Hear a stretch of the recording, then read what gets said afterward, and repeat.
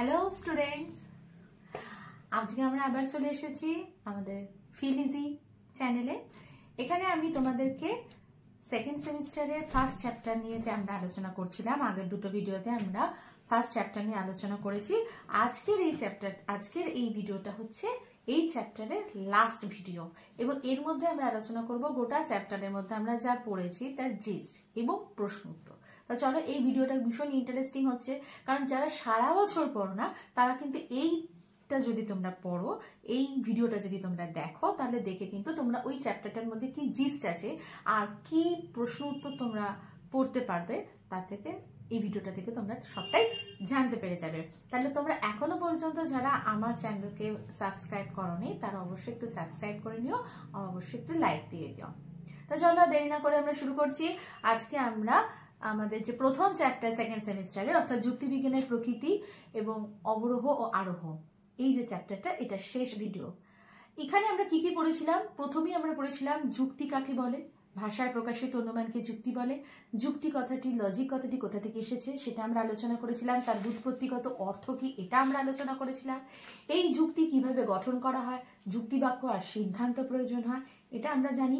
তারপরে এই যুক্তি গঠন করতে গেলে আমাদের কি কি নিয়ম দরকার হয়, এবং কিভাবে নিয়মকে অনুসরণ করে আমরা যদি সিদ্ধান্ত গঠন করতে পারি বা যুক্তি গঠন করতে পারি তাহলে যুক্তিটি বৈধ হয়, এবং ঠিক করে না করতে পারলে যুক্তিটি অবৈধ হয়। অর্থাৎ যুক্তি গঠনের যে নিয়মাবলী সেটা যদি আমরা অনুসরণ করতে না পারি তাহলে যুক্তিটি অবৈধ হয়, এটা আমরা আলোচনা করেছি। তারপরে আমরা আলোচনা করেছি যুক্তির বৈশিষ্ট্য কি, তারপরে আমরা আলোচনা করেছি যে যুক্তির প্রকারভেদ কি, সাধারণ বা প্রচলিত ধারণা যে যুক্তি দুটি ভাগ, অবরোহ যুক্তি, আরোহ যুক্তি, সেটা আমরা পড়েছি। অবরোহ যুক্তি কাকে বলে, আরোহ যুক্তি কাকে বলে, সেটাও আমরা আলোচনা করেছি।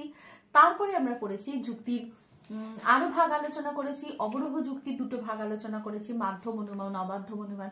যখন সিদ্ধান্ত একটি মাত্র আশ্রয় বাক্য থেকে নেওয়া হয় তখন সেটা অমাধ্যম অনুমান হয়, যখন একাধিক আশ্রয় বাক্য থেকে সিদ্ধান্ত নেওয়া হয় তখন সেটা মাধ্যম অনুমান হয়। অমাধ্যম অনুমানের আরো 5টি ভাগ আমরা আলোচনা করেছি, তবে ডিটেলে অন্য চ্যাপ্টারে আলোচনা করব, তার জন্য আমি আলাদা ভিডিও তোমাদের দেব, কিন্তু এখন জাস্ট বিষয়টাকে শুধু বলে গেছি। আর আরোহ অনুমান কাকে বলে, তার কি বৈশিষ্ট্য, সেটাও আমরা আলোচনা করেছি। আরোহ অনুমান এবং অবরোহ অনুমানের মধ্যে পার্থক্য কি সেটাও আমরা আলোচনা করেছি। এখন এইখানে আমরা আরো একটি কথা বলে দিতে চাই, সেটা হচ্ছে কি কি এই চ্যাপ্টার থেকে প্রশ্ন আসতে পারে।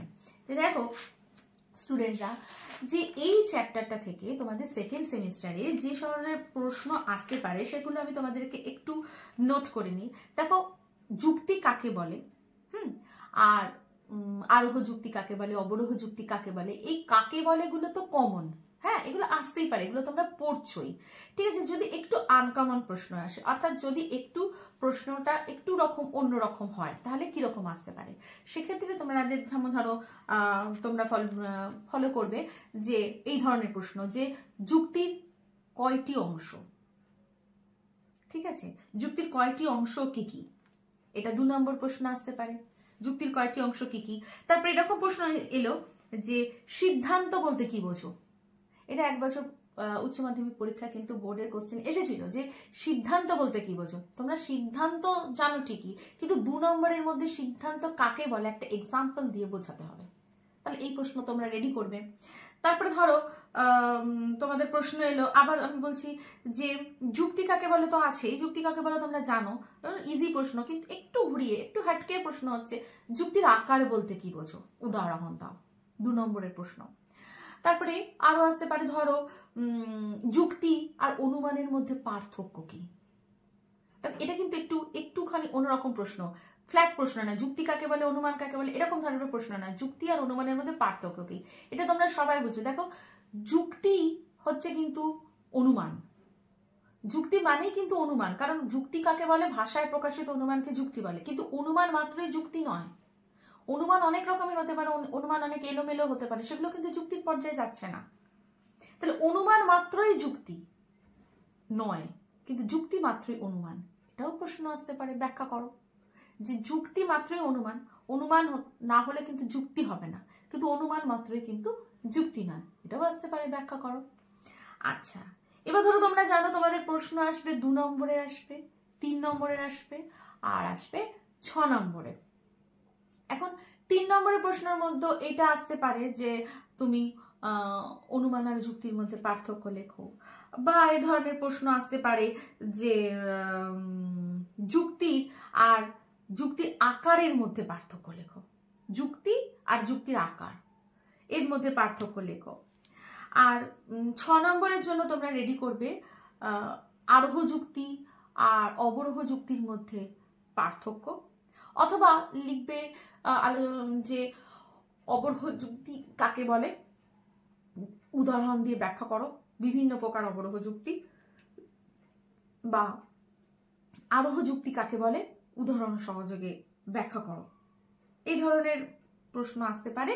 সাধারণত এই কাকে বলে তার বৈশিষ্ট্য লেখো, এই ধরনের প্রশ্ন আসার সম্ভাবনা কমই থাকে, কিন্তু এই ধরনের একটু অন্যরকম প্রশ্ন কিন্তু তোমাদের জানা বিষয়, এই ধরনের প্রশ্ন কিন্তু আসতে পারে। তাহলে আমরা প্রথম চ্যাপ্টারটা শেষ করে ফেললাম।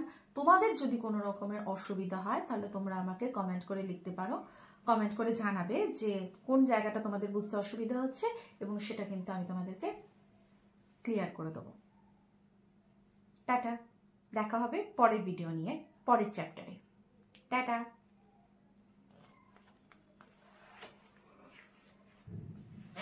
টাটা বলে কে বলে ভাই?